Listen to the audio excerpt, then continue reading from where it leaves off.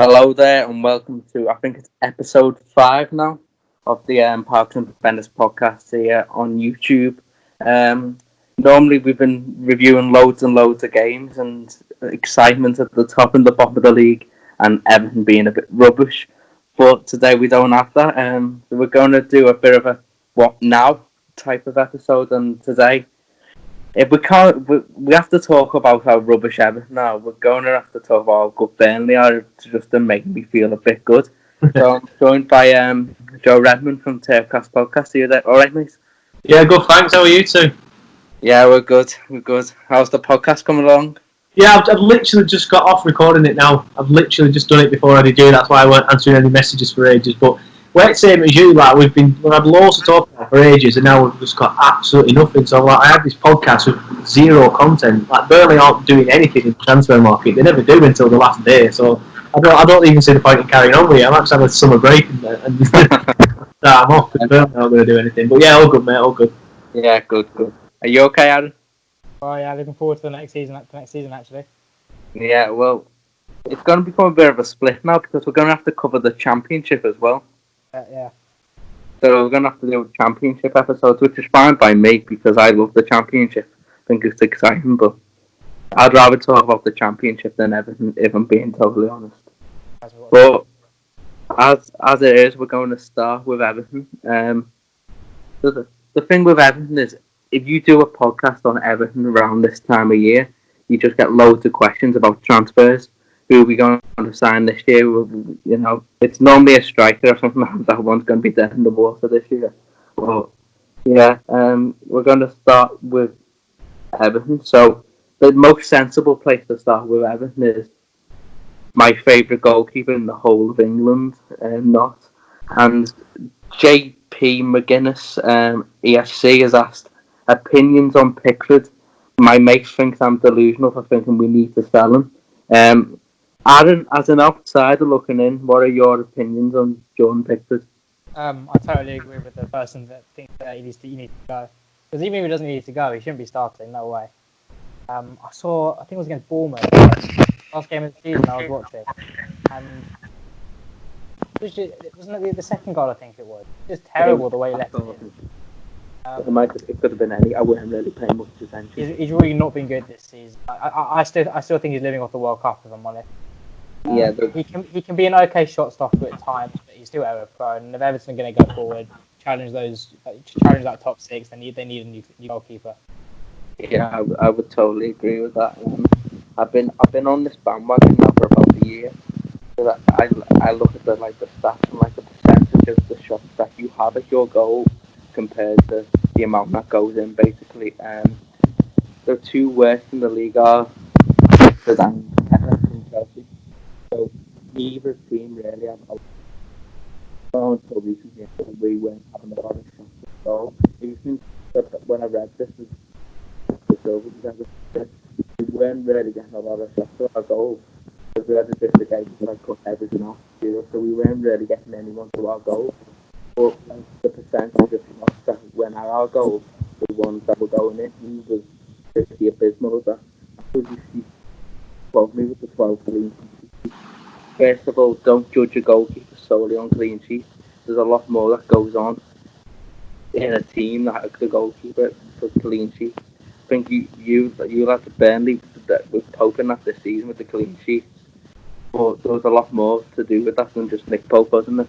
Yeah, obviously you've got Tarkin and me are absolutely class defenders, and obviously the way Burnley play, I know you're a big advocate of the way Burnley play, but the way Burnley play, obviously, a lot of people like to call it defensive, I like to call it compact. You get the two banks of four in front, close to each other, so there's no space in between them both. Force the people out wide, the wingers out wide, cross the ball in. You know that Bennis and Tarky are going to head them away all day long. And if they don't head them away, we've got Pope to come and collect them. And a lot of the reason why we've done so well this year, and not last year, but the year before that, is when Pope were playing both of them seasons, or the majority of them seasons. Because he comes and collects the crosses. Like Joe Hart just didn't do that. He's rooted to his line. Joe Hart were in absolute shambles. Tom Heaton, I love Tom. It's a bit of a controversial opinion among Burnley fans, but I prefer Nick, to be honest, because he comes out and crosses, whereas Tom didn't do that. Tom were probably a better crosser. Like every now and then you'll see some through post legs or something like that, or a little, not necessarily a mistake, but something where you think you probably should have done better there, Nick, that he probably would have saved. But the pressure that Nick takes off the defence when he comes in, just immense. And I think that's what a lot of clubs, especially like that's where Pickford struggles. I don't see him collecting crosses. He makes too many mistakes.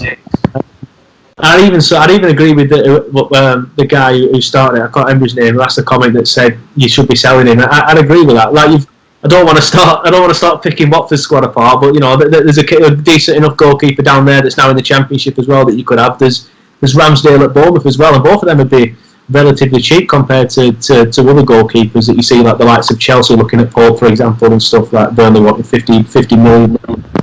Some decent goalkeepers that you could look at, but I agree with Aaron. I do think he's living on the World Cup a bit because they had a fantastic World Cup, but I think obviously England and Everton play in different ways, so I think obviously that just suited Pickford, but the way Everton play doesn't suit him. No, I would agree with that. The thing with Pickford this was another really bad indictment of our recruitment around 2017. He was bought because basically Ronald Koeman watched loads of YouTube videos of players who'd done alright that season for buy him in and in and in. Whereas if anyone looked at the data behind it, Jordan Pickford was just bang average, but because Sunderland had 40 shots on the goal every week, he looked good when he saved 5 worldies.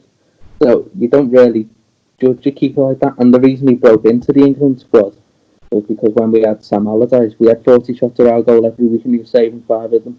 So that kind of like back to the wall mentality where he has to be constant like on his game, it kind of does suit Jordan Pickford. But when there's less pressure on him, his concentration goes, and we have been playing pretty compactly lately and quite deep, and you'd think now it'd be suited for him, but I'm not sure it does because I think he's so far down the line now with just bad errors, bad mistakes. He's a bit arrogant too, and to be an Everton player, you've got to be pretty humble about yourself because the fans just won't have you. We've seen it so many times with different players over the years who think they're better than the club, and I think he thinks he's better than Everton, and I don't think he's even good enough for Everton. And for that reason, I would agree to sell. As for Ramsdale and Foster, I think if you read one of my blogs I wrote about Everton's recruitment about 2 weeks ago, I named both of them goalies as goalkeepers I would look at. I also did name Pope, but for 50 million, no chance. I think Foster signed a 2-year deal and apparently he's going to stay next season. But I think Ramsdale's a very good option for Everton. I think if Watford could keep hold of him, the basis of a good squad is obviously a good spine, and the basis of a good spine is a goalkeeper. So Watford need to do what they can to keep hold of him if they're going to try and bounce back, definitely. But I think with Everton as well, Ramsdale will be a good option. Like I said, Foster will be a good option, and there'll be some decent ones in the Championship as well that I'm not 100% certain on. You've got to look. That's where Eaton came from. You know what I mean? He got relegated with Bristol City, then we signed him. Nick Pope got relegated with Charlton, and then we signed him. You know what I mean? You just got to look at a lot of players available in the Championship that you can over the course of a few seasons if you've got a good goalkeeping coach like we're doing Billy Mercer that become good goalkeepers. Yeah, I totally agree with that. So we all agree, sell. Yeah, I'd sell, or at least stick him on bench. At least stick him on bench. He certainly shouldn't be starting. No. His numbers are just terrible, and the rumours are that Chelsea are looking at Pickford or Pope, I've seen. So I'm just going to say that I hope they choose Pickford, and I think you will agree with that too. Yeah, I'm very surprised they're looking at Pickford. I don't understand why they would, to be honest. I think Pope would be a good addition for them. Obviously, I hope that doesn't happen. And I've heard they're looking at Oblak as well, and I think he'd be a decent addition as well. They've been to Foster in the past as well, actually. Yeah. But that when Conte was buying everyone who was about 34. Yeah, that was brilliant. As for other Everton questions, we have someone on Twitter, Sam Ufo, Sam_Ufo. I think I might be pronouncing that wrong. I don't know. Sorry if I am, Sam. But he just said, if Everton don't invest in their midfield, could they be dragged into a potential relegation battle next season? I'm going to start with you, Aaron. I kind of see where he's coming from, actually. Relegation battle might be a bit of a stretch, just mainly down to the fact they've got a good strike force, they've got a decent enough defence, and they've got a good manager. But 100% the midfield is a serious area that needs to be looked at, because Andre Gomez ain't good enough, Davies isn't good enough, Bamin is a walking wheelchair. So yeah, I don't think they'll be dragged into a relegation battle. If they kept Silva 100% in a relegation battle, but just the fact that they've got a much better coach than Ancelotti means they'll at the moment I'd probably put them comfortably in mid-table. Yeah. Yeah, like I said, midfield definitely an area that needs to be looked at. Yeah, what do you think, Joe? Yeah, I think a relegation battle is always a bit much to say with Everton. I'd agree though. I think if you'd kept Silva, you'd have been in the battle. I think you'd have stayed up just because. Well, I said this about Villa and Leeds all them years ago, and Newcastle. Just the sheer size of the club, you can't ever see a club like Everton obviously being in the second tier of the game, and obviously the reason why they haven't. But it's just, I think, at midfield you definitely need to improve for where you want to be, because obviously you want to be knocking on the door of the Europa League. So yeah, you do need to improve that, but I wouldn't say you'd be in a relegation battle. Well, I think he's asked that because I've been very worried lately about if we don't invest in the correct areas this summer. So I'm looking at centre midfield, someone off the right, and just general cover around the place. Then I am worried about where we'll finish next season, because this squad, for as much as we berate Silva at Everton, I do anyway, he still was left with a really terrible squad. Not a terrible squad because a lot of money's been spent on it, but a really ill-fitting squad because you have players who never really played in the top positions. It was just all a bit of a mess. And as much as Carlo's got results, we still look really imbalanced at times. We look quite poor to watch. And if we're going to improve next season, we do need two midfield players definitely. Will we be in a relegation battle? Well, I'm not going to say that because I'll never have Everton below 12 on any prediction I ever do. But I do think we'll be. I certainly don't think we'll be higher than where we are now if we don't get two good midfielders. Well, at least one good midfielder in. And it depends on the rest of the league really, because you look at the around us and teams going to need to keep what they've got or improve themselves. So it's an interesting one. And there's another one on Everton that says it's on Instagram, right? Oh, come up yourselves, right? I look for it. Right, so we said because we might have to sell to buy in a sense. If Everton has to sell Luca Dean or Richarlison, who would you sell? Ooh, I'd probably go with Luca Digne because I think he can still make a decent amount of money. He's a good left back, but it depends on certain other factors as well. Like, how much could you make on Richarlison now? I'd probably say keep Richarlison just because of his age and his potential. Digne, I think he's like mid-20s now. But, yeah, they're both good players and they'll both be very important next season. Yeah, what do you think, Joe? If we have to sell Luca Dean or Richarlison to fund money to just buy players, who would you say? It depends on that, who you want there still next season, doesn't it? I think I'd probably just agree with Luca Dean simply because Richarlison is frustrating for me. I find him frustrating as he can be. He's still got the potential there, and he's still got the quality there and stuff to change games and stuff. So you can sell someone who's obviously a decent enough player and make enough money on him to try and invest, but then still have a player that can do quite a lot in terms of like game changing and stuff like that. As frustrating as he can be, I found him frustrating for many years to go. It's like you'll watch him sometimes. It reminds me a bit of Chris Eagles, just obviously a lot better. Chris Eagles. When we were in the Premier League, like he'd have all the tricks and stuff, but he just couldn't be arsed half the time, and he would dog shit. And I just used to think, you've got the potential there, so why don't you just play like that all the time? And Richarlison's the same, so I think I agree with that. Just because Richarlison can change the game when he's playing well, to be honest. Yeah, I would say Luca Dean too, not because I just think Richarlison's so important for Everton. Everton don't tend to win games unless Richarlison's playing well, and that's really worrying in itself. So I'd be worried if we didn't buy a midfielder and Richarlison went. I think I would agree with Sam that we would be in a relegation battle then, but I don't know. And the reason I didn't read out the guy's name, because his name was, what I'm going to do now anyway, was I Love Toast. So I Love Toast on Instagram wants to know who we're selling. I think he might just be, on the wind up, but hey ho. And then the last one on Everton we've got is, will Everton have wasted an opportunity with Carlo Ancelotti if they fail to back him with money this summer? Aaron? I think I'd agree with that actually. because you got this coach, all the pedigree in the world. You see what he's done with his career. You need to back him because I don't think there's a better coach that will be able to take Everton. If anyone's going to take Everton to the top 6, it will be Carlo Ancelotti. But at the moment, they're nowhere near for that when you consider most of their squad. So even if it's not this summer, give him let's say next season as well. If they don't back him enough and they don't finish even close to the top 6, then I think it would look like a wasted opportunity because it would be inevitable when he eventually leaves. What do you think, Joe?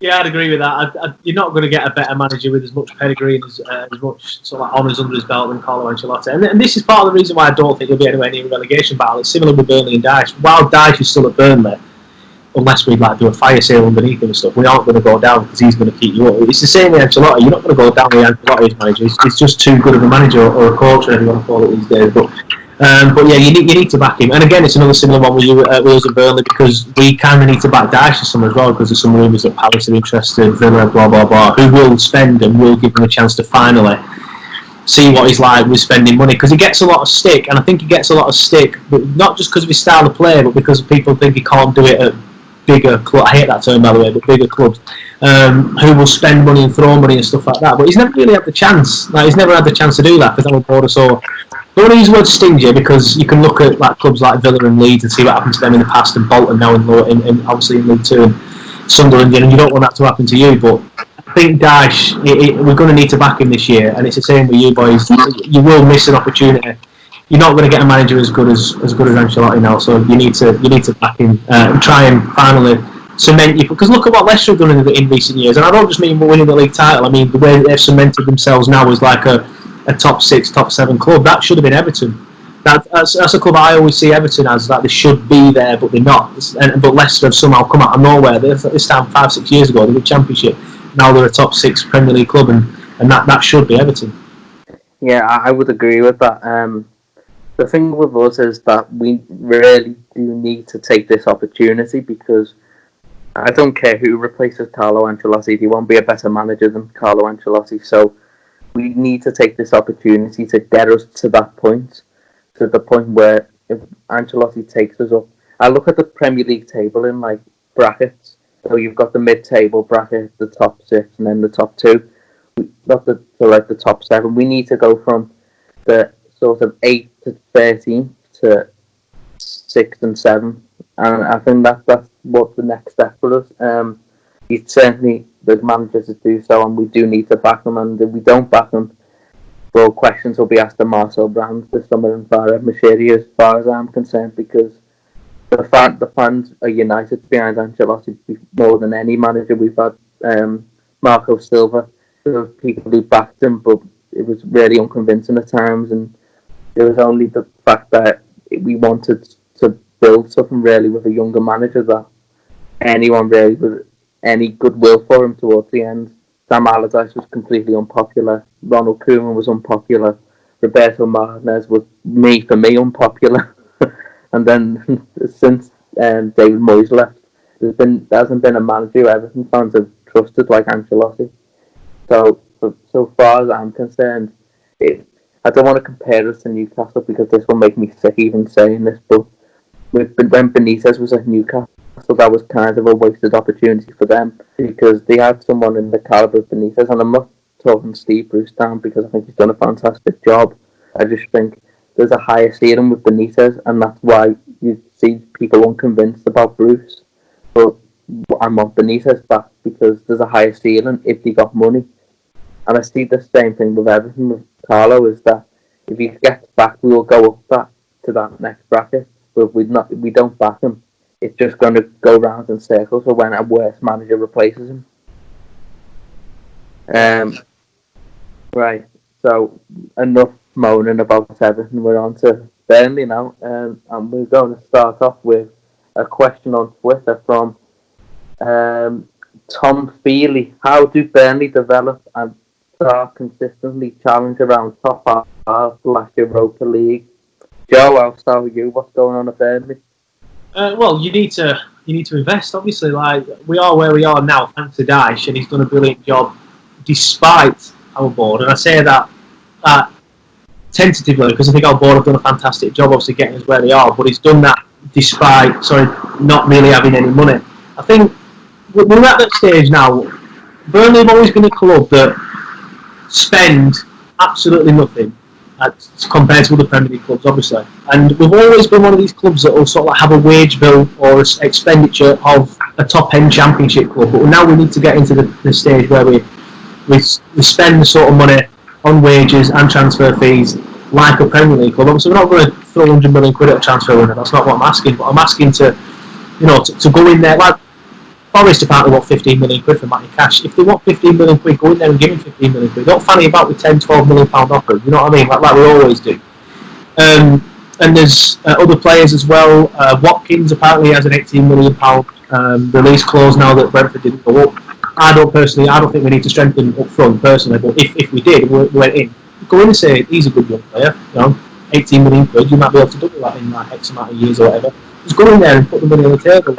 I just think we need to be a bit more ruthless in the transfer market. We need to start moving the wage structure up a bit, moving the expenditure up a bit, and then just progressing that way, because obviously the higher you finish in the league table and stuff, the more money you make. And we had a brilliant chance 2 seasons ago. We obviously finished 7th.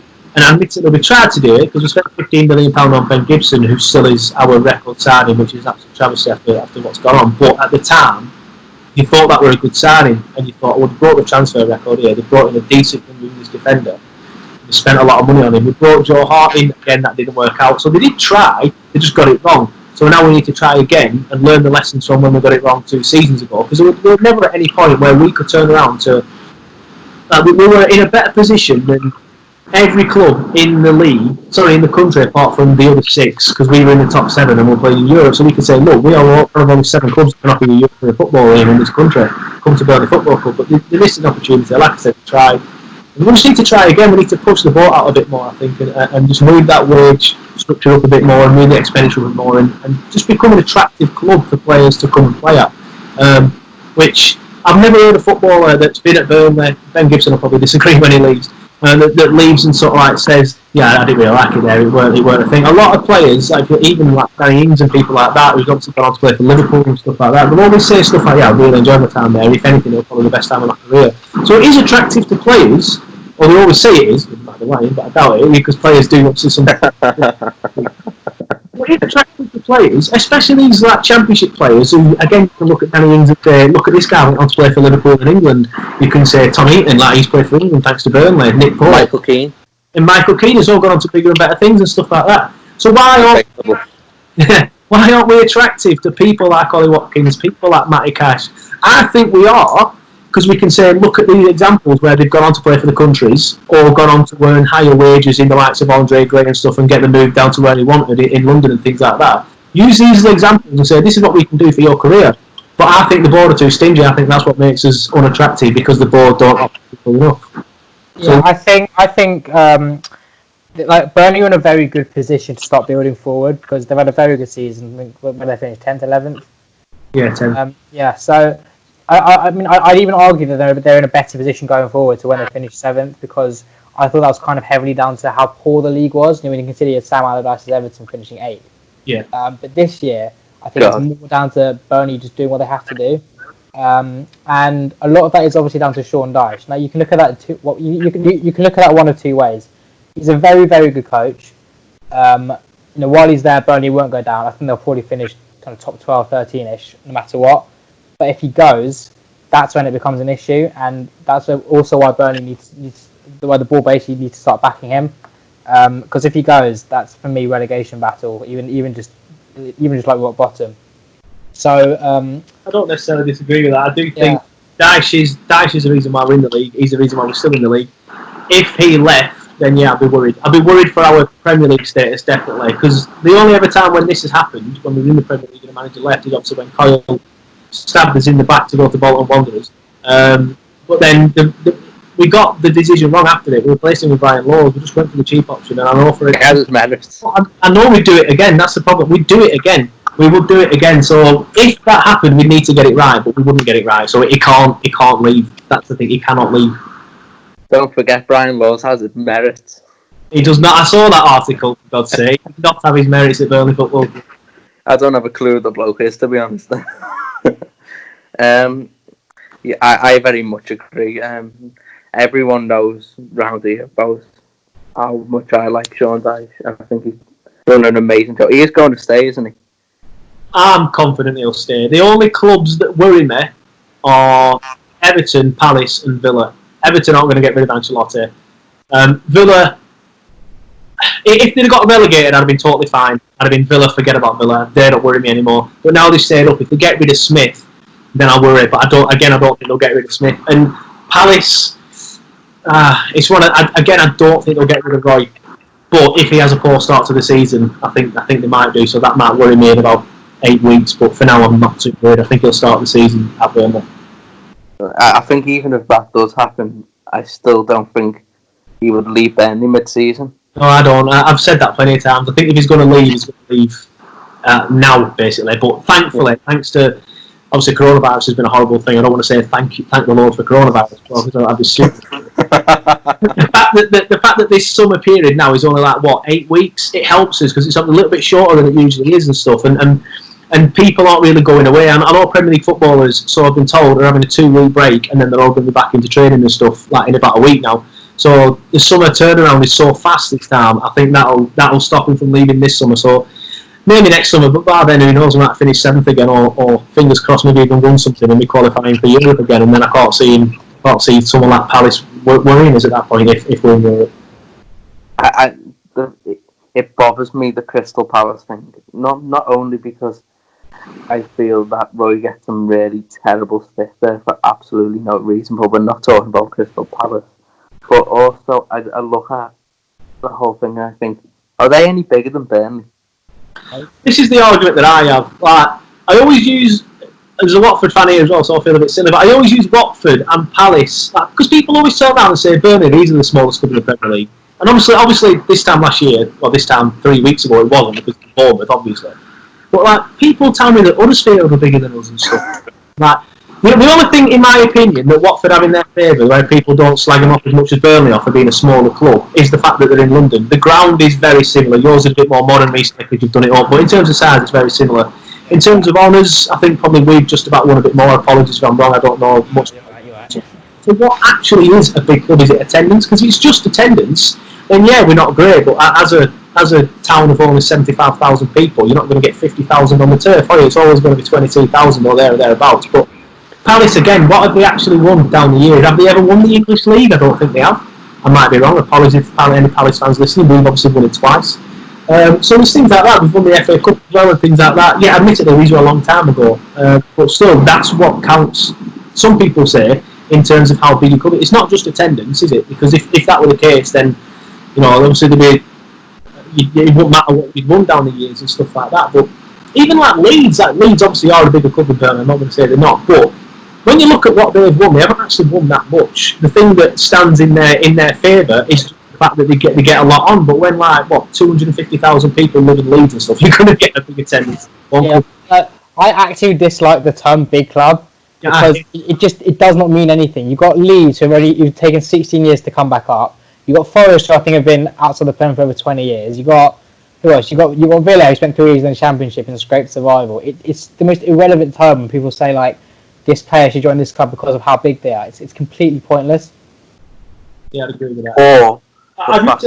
We are two people that are supporters of clubs that get stick for not being a big, so that we are going to say that. But it's like when people say, "I'll get Burnley out the Prem, get Brighton out the Prem, get Forest." Stupid. Get Brighton out the Prem.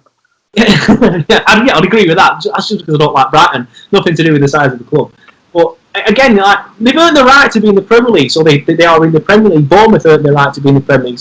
If you want boring, bland football where you just have the biggest clubs in the country in the top league, then go and follow the MLS. Simple as that. Put it this way: last season I saw plenty of shouts of get Watford and Bournemouth out the Prem, even though until this season neither of us were really in any relegation battles. Yeah. It's Sheffield Wednesday in the Premier League because they're a big club. Yeah. They're just a minus 12 points, the point deduction. God, Gary Monk's a bad coach, isn't he? Yeah. They were about 4 when he took over in September. Anyway. No, I very much agree with most of that. It just really bothers me that it has to be Dyche has to go to Crystal Palace. Why? Because they spend loads of money, do they? Because they're always in the top half. I think they finished in the top half I don't even think have they finished in the top half since I don't think they have. A lot of people as well used to always go on about how great. I know. I don't want to set you off, Owen, but people used to go on how great manager Eddie Howe was. Like with all the money and stuff that he spent, they literally. I know for a fact they never finished in the top half of the Premier League. Sean Dyche has finished in the top half of the Premier League twice now, and one of them times in the Europa League and stuff. So how can you put him in the same category? And Eddie Howe had £50 million every 2 minutes to spend. Sean Dyche has absolutely fuck all to spend. So it's one of them. I don't understand why people put them in the same category or even think Eddie Howe's better. The only difference is some people think that Eddie Howe football is more attractive, but again, that's a term that every football, the whole game itself is attractive. You can play in certain different ways and stuff, and that's what makes it brilliant. Well, all I'm going to say about the Eddie Howe attractive football thing is both Bournemouth and Burnley played a game out in December where Bournemouth had 3 shots. So if that's your attractive football, then fine, have it. But You had to get that one Eddie Howe day again, didn't you? we boss Eddie Howe, so I'm going to talk about Eddie Howe. He was always a very bang average manager, and he's probably still is a bang average manager whose teams have never been able to defend, and now his teams can't score. So good luck at Ipswich next season, Eddie, and yeah, good luck, Eddie Howe. But like I said, I don't see the benefit of Dyche leaving unless he went to, and I hate to say this because I hate the club, but Newcastle, because they would have more money, you would think, by the time that would happen. They're not a big club at all, but they've got more ambition. You've got to look at what they've done to Bruce this season. Dyche, it's the same in your careers and stuff, boys. Like at any point in your career, you've got to look at yourself and think, right, I want to progress now. I'm confident enough in my ability to get to the next level. So Dyche at one point is going to think, I am confident enough in my ability to get to the next level. So if Newcastle come knocking, I can't see him turning them down. However, would he necessarily want to work for that fan base? Like, apologies when a Newcastle fan's listening, but it's got to be one of the fan bases, if not the worst fan base in the country. Like the way that they treat Bruce, the way that they treat pretty much every manager apart from Rafa is an absolute disgrace. And then titled is the word you're looking for. What's that? Sorry. Titled is the word you're looking for. Yeah. Well, there we go then. They've literally finished on, I think, a point less or the same point as well. Rafa finished on, and yeah, it's polar opposite of emotion, isn't it? It's just they want to be, and I hope a Newcastle fan is listening to this, to be honest, because I'm going to say it. Newcastle want to be Everton, but they're not. So they're just stuck with mediocrity, and okay, we haven't really been no great shakes of late, but we're still much better than Newcastle. I actually don't think they finished above Everton in the last 20 years, apart from that fluke season when they had Alan Pardew and finished 5th. So, Geordies outside your house tonight. I've already had Villa fans fighting me for saying they're going down next season, so bring the Newcastle fans on as well. So, we're going to talk about Watford now. It's a big, big summer for us. Because we really screwed up what was a decent. We had a decent. Look back to last season. We challenged for Europe. We got to an FA Cup final. It was all looking great. We were confident for the season. Then the board failed to sign a centre back. We conceded goals for fun. We got on a defensive manager. That didn't work. Eventually got Pearson in, who said he the shit, got us out of it. That led to relegation because he wasn't good enough. Now we really need to sort out all the issues that we've had. We need to get a good coach in who suits us. We need to utilise all the loan players that are returning, and we need to really sign where necessary. And that is very possible. And I am looking forward to next season if that can all be done. Yeah, I think Watford have got a good team, and I'm sitting here tonight, and I don't know how Watford have been relegated because I look at their team. Capu, Hughes and Decore is a good midfield three. Delafeu, okay, my misgivings with Delafeu, but he's still a very good winger in terms of bottom half Premier League, if that's where you are. Sarr, who I want to walk down to Watford and sign now. Okay, Deeney is Deeney, isn't he? But he's still Deeney. And you got Welbeck, who's popped up with goals. Foster's, we've said, is a good goalkeeper. So, and you've hired, in my opinion, 3 pretty pragmatic managers this season. So I'm sitting here and I don't know how Watford have been relegated. Do you have any insight on that, Joe? Why Watford have gone down? Because I don't know. What Watford needs is stability, and there's you might be aware of it, Aaron. The Watford podcast, is it from the Rookery end? I spoke to a lad on there on Turfcast this season before we played you at the Turf, and just said like, what is it with Watford and sacking managers like? Because I think you always seem to rely. Swansea did it a few years ago. You always seem to rely on the new manager bounce. Like a manager would come in, you'd have the new manager bounce, you'd come up, drag yourself away from relegation, but then that's all only short term. Obviously, that isn't going to work all the time and stuff. And obviously, eventually, he got dragged into it and went down to same with Swansea. But I think for me, what Watford need now, as I mentioned, you do have a good squad, you've got some good players. Hopefully for you boys, they don't get picked apart by Premier League clubs and stuff. Because I think a few players might be sold on and stuff, but hopefully not all of them. But we'll see. It's one of them, right? You need to get a good manager in, get the right manager in, and then just give him time. If you finish 9th this season, just relax, don't get rid of him, let him go again next season and stuff like that. He needs a bit of stability for me. Like, same, like you had a good man. I know it's a long time ago now, but you had a good manager in Dyche as well, and obviously I think you finished 7th that year in Dyche, didn't you? But then obviously the new ball came in. We finished 11th with Dyche. Sorry, my mistake. But I think that would. Again, apologies if I'm wrong, but I was always told that was like your highest finish in about 6-7 seasons or something. Or he did all right anyway, and then obviously the new ball came in and got rid of him. Thankfully for us, obviously. Yeah, like the thing is with Dyche, and I'll go back to it, but he did very well with us. But that was like in the period where that sort of finish was very, very good. The new ball came in, and they brought in a whole bunch of like these foreign flair players. So giving them to Dyche was always going to be a bad idea. So sacking was the right decision, and they worked out for both of us. True. But I just think for now, you need to get someone in with a bit of... Well, and not necessarily a certain manager, just whoever you get in, just give him time. Like if you start the season badly and you're in the relegation zone after like 10 games, don't panic and sack him like you always tend to. I thought about it a lot, and the whole sacking manager things. I know people love to hate us for it. Yeah, we do need stability, 100%. The actual sackings of each manager, I think, have been fairly justified each time. It's only really like I'm mainly looking at the decision to bring back Flores because that was a disaster and that was just a complete waste of time. Looking forward to next season, we need to get the right manager in. I think Struber, the Barnsley coach, and Ivic, the ex-Maccabi Tel Aviv boss, they're both the favourites. And getting either of those two, that would be a big step in the right direction.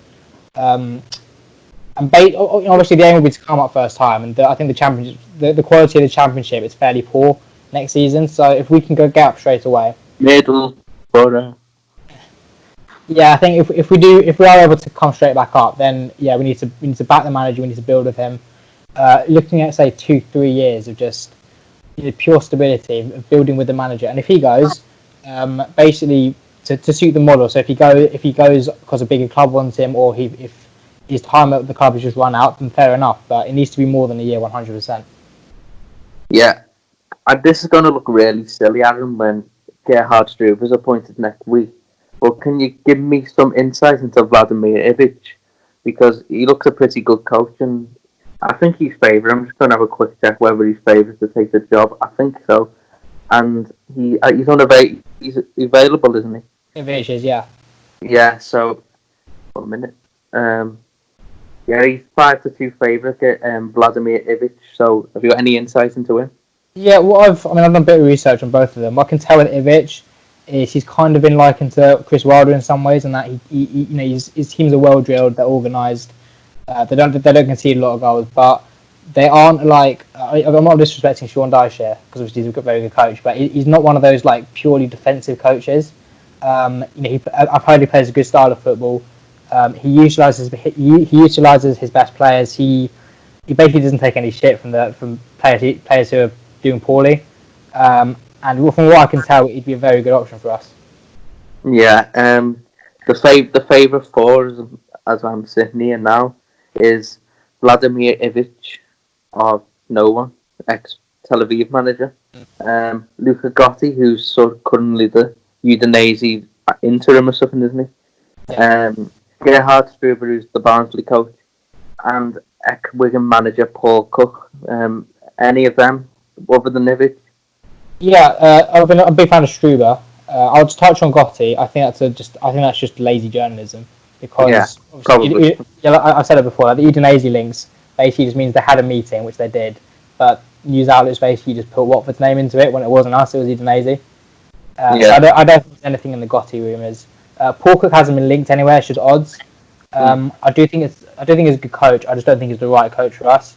But that brings me on to Struber, who, from what I've heard, plays a very good style of football. I think he's done really well with Barnsley because they were in League One. They were in League One last season. They've got a League One quality squad, a couple of decent players dotted around, but ultimately they were 9 points when Struber took over.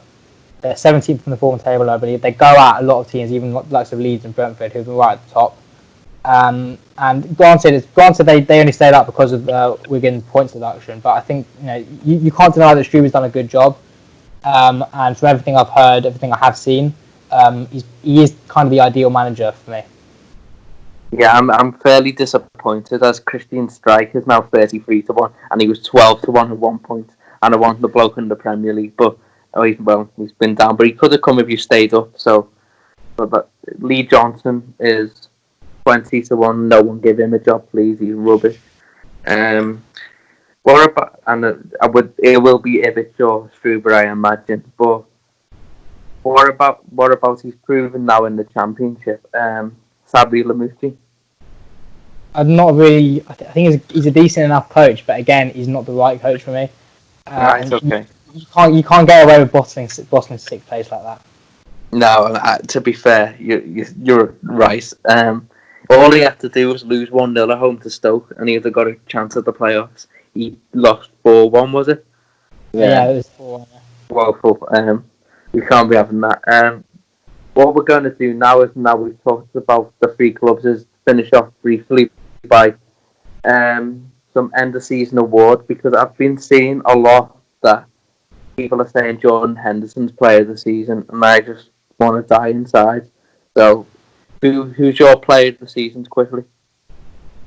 I was talking to someone at work about this yesterday, and I can't remember who I said, to be honest. I think I agree with the fact that Jordan Henderson, I don't know, it's one of them, innit? Like, I can see why he's got it, because obviously he's the captain of the team that won the league for the first time in like a million years and stuff like that. It's one of them, but I don't know. I think did Virgil get it last year?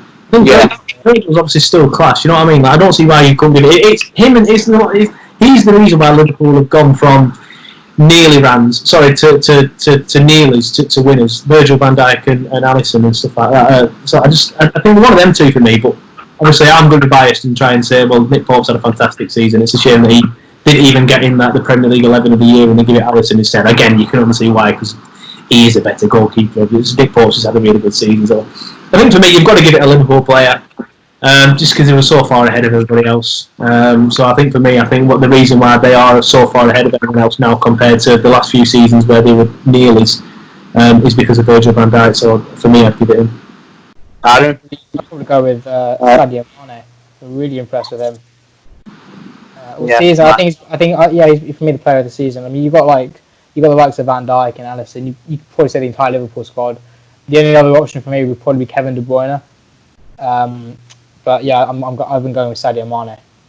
Yeah, it really bothers me this bloke's not in the picture more about these type of awards, because every time I watch Liverpool, which isn't very often, I look at them and I think, he's your best player. And he probably would have won the league without Sadio Mane, but I just think he's so good. And in that spirit, I'm going to say Sadio Mane, because, God, he's good at football, and I hate saying that, but he is. And I don't know why Ronald Koeman chose Yannick Bolasie over Sadio Mane all them years ago. We might be sitting here talking about a different podcast, differently on this podcast. And another one that's really annoying me, and you two probably agree with me, is this manager of the year, that it has to be Klopp. Yeah. I don't think so. Aaron, who's your manager of the year? Chris Wilder. Right. There's no doubt about that. I mean, you can't discredit Klopp, obviously, but a lot of people had them to win the league. 20 points or so clear, very, very good. But almost everyone has Sheffield United rock bottom. They finished 9th in the end. They've challenged for top 6 of points in the season. They've been outstanding. Yeah. Joe? Well, I don't want to piss you both off, but I just think you can't not give it Klopp, can you? You can argue Chris Wilder, obviously, of course you can, because they should have, like you said, they should have finished bottom, or everyone had them to finish bottom, should I say? And you can argue cases for Sean Dyche as well. Again, another team that everyone had to go down and things like that. But I think the fact that they won it so comfortably, Liverpool, compared to last season, sorry, the season before, where City won it that ridiculously comfortably. The fact that he's come in and turned them round from a team that were celebrating during at home to West Brom to being like an absolute force in world football. I think you can't not give it him. And I don't dislike Liverpool as much as you probably, Owen, but I'm a guy that does dislike Liverpool, mainly because of fans and stuff. I'll probably get some shit for that, but who cares? But I worked in Liverpool for a bit. I worked in Toxteth, and my God, the Liverpool fans are so hard, and I thought Leeds fans were going to be bad, but Liverpool fans are far worse. But for me, he's just done so much for that club in the last 3 years. He's turned it into, like I said, a team that were buzzing with finishing sixth, to a team that is easily, or was this easily, the best team in the country. And I don't even think they have the best 11. I don't even think they have the best squad. I think City have the best squad. I just think he's drilled it into him so much that, this means so much, and his ethos and stuff, and he's got that mentality right. And I think for me, it's got to be him. Yeah, I don't have to disagree with any of that. If I'd have said to you about 3 or 4 years ago, Sheffield United are going to be challenging for Europe or Liverpool win the league, you'd have probably said Liverpool would win the league over that. So I would give it Chris Wilder, because I think finishing 9th with Sheffield United is such a ridiculous achievement. And then when people do like the end of season grades, and I'm looking at you, Charlie Nicholas, by the way, who gave them a B+ or whatever, how can you give someone who's favourite to get relegated a B+? It's just that Charlie Nicholas doesn't know a thing about football. But anyway. Charlie Nicholas said Etienne Capoue wasn't that good this season, so Charlie Nicholas has said a lot of things this season, most notably about how good David Moyes is, which is fine. He might like David Moyes, but he just went on about it every week, and he's just annoying. And he gave Sheffield United a B+. He gave Burnley the same as Brighton, which I don't see how you could possibly have done that. Same when we finished 7th.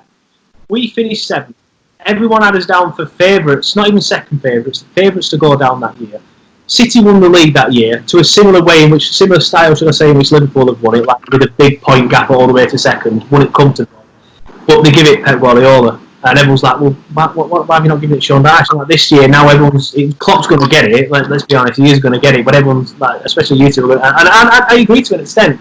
We're going to say, well, surely Wilder's got to be a shout, but they won't get it. They'll give it the guy that's won the league. They always do. They just don't have any imagination.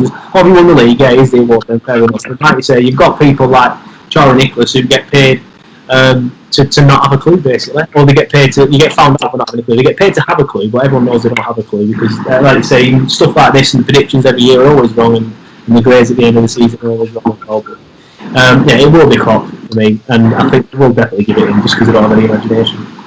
Well, that year you're on about when Guardiola won it over Dyche, I was particularly unhappy with that because I thought there was no way it could have been anything other than Dyche because of everyone having Burnley in the bottom 3 that season. And I think even I did that season. I think I had just wiped down there. I'm going to say I didn't have Burnley in the bottom 3, actually. I think I had them 17th. You sold Gray and Keane, and I thought that was just like really important. And we went into that season look, we started off the season. And that's what did it. Because we played Chelsea on the first game of the season, the current champions at the time, at Chelsea. And we were 3-0 up after 45 minutes. And that just set the tone. Admittedly, they had 2 men sent off, but that's irrelevant. But that's the tone for the rest of the league. Now, all right, we lost to West Brom the week after that. But then the season... that's the famous game where you had 70% possession. Yeah, but it set the tone for the rest of the season. Like the season before that, it took so long to get that first win, and then you just kind of edging. Whereas that season, because we started off so well, we were always knocking on the door of Europe, and the confidence were up and things like that. But yeah, it was a fun season. That was definitely a fun season. Yeah. Right. That's all we're going to have time for today, lads. Cheers for coming on. Oh, thanks for having me, mate. Yeah, great. I'm going to enjoy the podcast. When's it going to be out? The next one? Oh, the next for me, it's going to be tomorrow morning. Right, okay, that's good. Right, that's all we've got time for. Thanks for coming on, Aaron, again. Yeah, no worries. Right. The next episode might be on I don't know, Alfie's weird Instagram pages. We've got that little to talk about. So, thank you for coming on, and we'll see you next time.